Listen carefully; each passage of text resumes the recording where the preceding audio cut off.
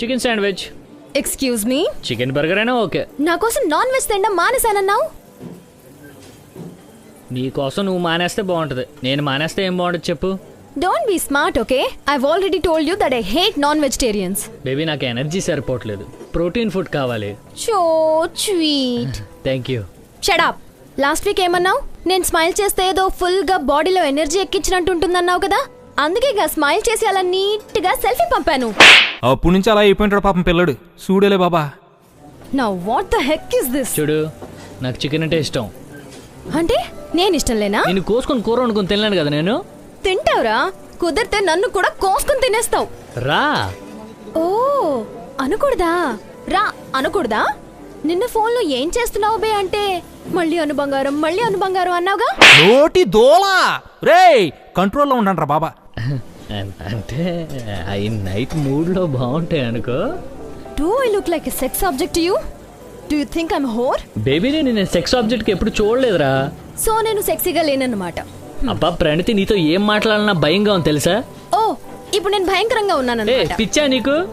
నాకు పిచ్చి సాడిజం అనుకో. అనుకోడు బంగారం డైరెక్ట్ గా కనపడుతుంటేనే తోలు తీసేస్తున్నావుగా. పొద్దు నుంచి ఆఫీస్ టెన్షన్ వల్ల లంచ్ చేయలేదు, నీతో కలిసి హ్యాపీగా లంచ్ చేద్దాం అంటే.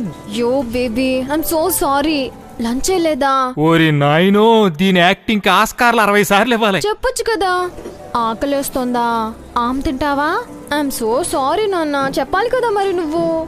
ఇట్స్ ఓకేలే. అసలు ఏం తినలేదా? ఏదో మధ్యాహ్నం కొలిగో చపాతీ ఇస్తే తిన్నానులే. ఒక్క చపాతీనా? ఏం సరిపోతుంది? ఇచ్చే వాళ్ళేదో 3-4 ఇవ్వచ్చు కదా. ముష్టి మొహన్. అది తెచ్చుకున్నదే 2, సంతోషించు. అందులో ఒకటి ఇచ్చింది కావ్య. కావ్య ఈయన ఎవడో కప్పెట్టక్కర్లేదు, ఈడిగిడి గొయ్యి తీసుకుని కప్పెట్టేసుకుంటాడు.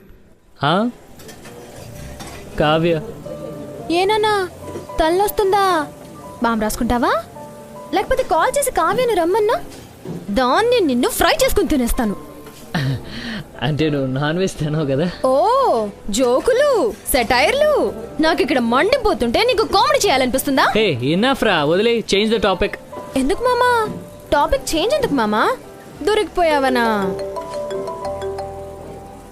నేను ఇక్కడ మెంటల్ దానిలా వాగుతున్నాను కదా. అంటే ఇక్కడేదో ఫోన్ వస్తుంది. ఫోన్ చేసిన వాళ్ళని చచ్చిపోని. I don't care. నువ్వు అబద్ధాలు చెప్తే చంపేస్తాను. I hate liars. రింగ్ అవుతుంది నీ ఫోన్. ముందే చెప్పించవచ్చుగా. చెప్పలేదా? వా, నీ అబద్ధాలకు అంతూ పొంతూ ఉండదేంటే బాబా. అన్నయ్య, జిరాక్స్ షాప్కి వచ్చాను అన్నయ్య. పద్ధతితో ఉన్నాను. ప్రాజెక్ట్ వర్క్ కోసం స్పైరల్ బైండింగ్ చేయమన్నాను కదా, మీరు చేయలేదు, అందుకే నేనే చేయాల్సి వచ్చింది. ఇక్కడ రష్ బాగా ఉంది, నేను వచ్చేస్తాను. భయ్యా లాస్ట్ పేజ్.